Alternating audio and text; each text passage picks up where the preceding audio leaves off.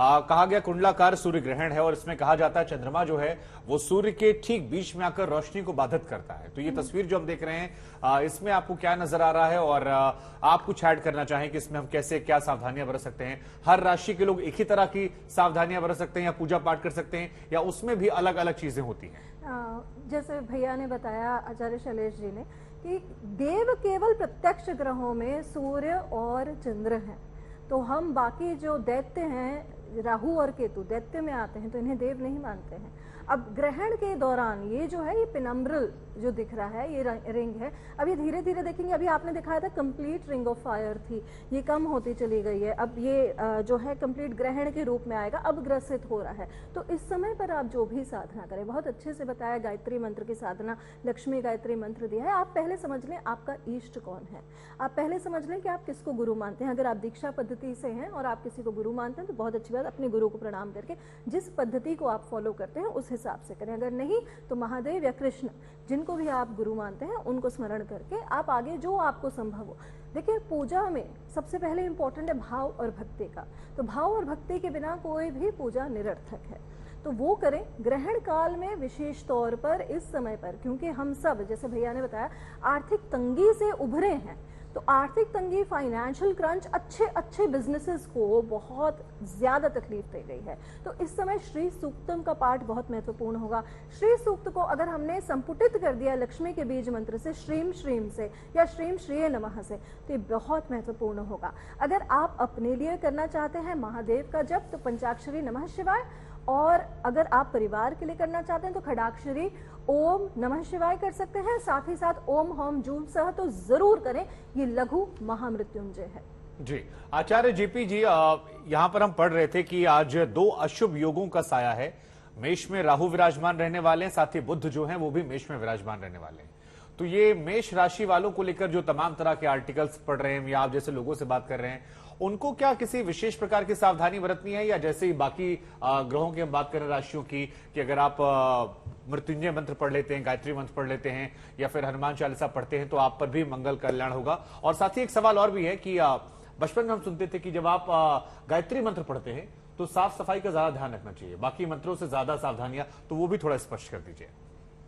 देखिए, ये बिल्कुल आपने सही बात कही कि साफ सफाई का ध्यान, जैसे मैंने पहले ही कहा कि जब भी मंत्र जप करना हो तो खास तौर पे आसन लगाकर विधिवत होकर पूर्व दिशा की तरफ मुंह करके तब मंत्र जप करिए। दूसरा, आपका जो प्रश्न है मेष राशि वालों के लिए, तो मेष राशि वालों के लिए विशेष ध्यान देने की बात है, क्योंकि उस राशि में ही ग्रहण लग रहा है। और जहां अशुभ ग्रह की युति की बात कर रहे हैं तो ग्रहण राहु के बिना लग ही नहीं सकता है। तो ऐसी स्थिति में खास तौर पे मेष राशि वालों के लिए मंगल को प्रसन्न करना जरूरी है, अपने स्वामी को प्रसन्न करना जरूरी है। और वहां खास तौर पे ध्यान देने योग्य बात है कि सबसे पहली बात, जैसे आपने ही कहा, कि हनुमान चालीसा का पाठ करना चाहिए। बहुत आसान है, हनुमान जी के 12 नाम का जप कर लीजिए, सबसे आसान है। हनुमान अंजन सुन वायु पुत्र महाबल रामेष्ट फागुन सक पिंगाश अमित विक्रम उदिक्रमण सीता शोक विनाशक लक्ष्मण प्राणदाता 10 ग्रीव दर्पा। अगर इस तरह से भी आप इनका 12 बार भी जप कर लेते हैं तो निश्चित तौर पर आपको इसका पूर्ण लाभ मिलेगा। दूसरी विशेषता बात ध्यान दीजिएगा कि साफ सफाई नित्य प्रतिदिन में तो आप करते ही हैं, यहाँ पर ग्रहण से पहले स्नान करना चाहिए और ग्रहण के बाद भी। कई बार मैं लोगों से सुनता हूं कि ग्रहण लगा था जी, हमने ग्रहण के बाद स्नान कर लिया, उससे पहले करने का क्या फायदा जब दोबारा करना ही था। तो ऐसा नहीं करिएगा, ग्रहण के बाद आपको स्नान करना ही चाहिए, क्योंकि स्नान करके ही मंत्र जप करेंगे और उसके बाद शुद्धि के लिए फिर दोबारा स्नान करेंगे। और खास तौर पे मैं बार बार इंगित कर रहा हूं, जैसे सिंह राशि के लिए भी बोला श्रुति जी ने, कि यहाँ पर विशेषता ध्यान देने की जरूरत है। स्वास्थ्य संबंधी समस्याएं, क्यों? क्योंकि यहाँ पर सूर्य को ग्रहण जब लग रहा है, राहु साथ में बुध और आने वाले समय में बृहस्पति, तो हृदय रोग के जितने भी जातक हैं उनके लिए समस्या बढ़ने वाली है। बार बार चेतावनी दे रहा हूं, हृदय रोग के लिए जितने भी जातकों को की समस्या चल रही है वो सावधानी बरतें, मंत्र जाप करें, दान करें, क्योंकि ये समय उनके लिए उचित नहीं है, क्योंकि आने वाले समस्याएं बढ़ेंगी समय में, तो ध्यान दीजिएगा।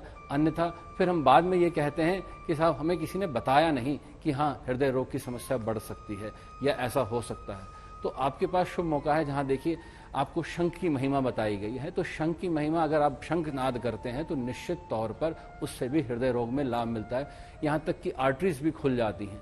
तो ये आपके लिए बड़ा उत्तम समय है। पर ध्यान दीजिए, अगर आप सांस लेने में समस्या हो रही है तो ध्यान से करिएगा, क्योंकि यहाँ पर शंखनाद के साथ साथ शंख को विराजित करना भी बहुत उत्तम होगा। अगर नहीं कर पा रहे हैं तो आप घर में रख लीजिए या किसी दूसरे से शंखनाद करा लीजिए, वह भी सुनकर भी आपको लाभ मिल जाएगा। क्योंकि जरूरी नहीं कि आप करें, क्योंकि मंत्र उच्चारण अगर आप नहीं कर सकते या आपको नहीं आता है तो आप सुन लीजिए। आज तो टेक्नोलॉजी का जमाना है, यूट्यूब पे लगा के आप सुन सकते हैं या कहीं से भी आप चलाकर सुन सकते हैं।